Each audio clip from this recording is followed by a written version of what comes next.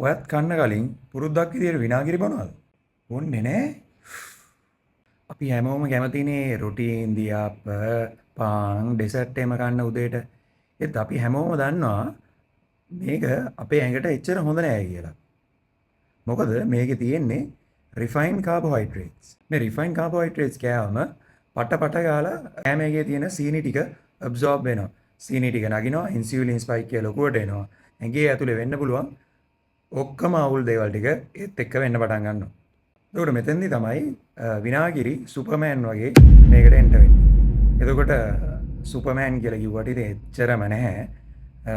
වන් shot වන් වගේ ඒ ගන්නට වගේ එනවා. විනාගිරි වල තියෙනවා ඇසිටික් ඇසිඩ්. හරි මේ ඇසිටික් ඇසිඩ් වලින් අපේ කාපු කාබෝහයිඩ්‍රේට් ජීර්ණය කරන එන්සයිම් తాවකාලිකව නවත්තන්න පුළුවන්. ඒ වගේම තමයි කෑවට පස්සේ ආමාශය හිස් වෙන වේගය පොඩ්ඩක් අඩු කරන්න පුළුවන්. එතකොට කෑම වලට පස්සේ අපේ ඇඟේ එන බ්ලඩ් එකේ එන ලොකු ඉන්සියුලින් ස්පයික් එක පොඩ්ඩක් ෆ්ලැට් කරන්න පුළුවන් මේක.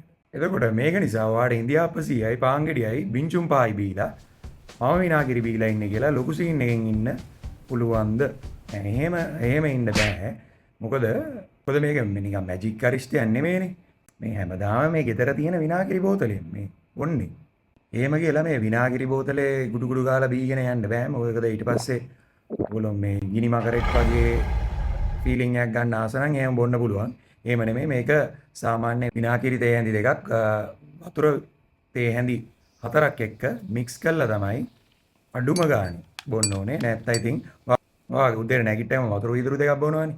ඒ වීදුරු දෙකෙන් එකකට මේ විනාගිරි තේ හැඳි දෙක දාලා කණ්ඩ කලින් බොන්න තියෙන්නේ. එතකොට මේ විනාගිරි වලින් එන බෙනිෆිට්ස් ඔයගලොන්ට ගන්න පුළුවන්. එතකොට මේක හොයාගෙන තිනවා HbA1c එකත් 0.5 වගේ පොඩි ප්‍රමාණයකින් අඩු කරන්න පුළුවන් කියලා. ඒත් ඉතින් මේක ඩයට් එකයි එක්සර්සයිස් එකයි නැතුව නම් මේ HbA1c එක මේ කියන තරමට කොහොමවත් අඩු වෙන්නේ නැහැ. මේ වගේ පොඩි හෙල්ත් ටිප්ස් දැනගන්න ඕන නම් ඊළඟ වීඩියෝ එකෙත් අපි හම්බෙමු. Thank you.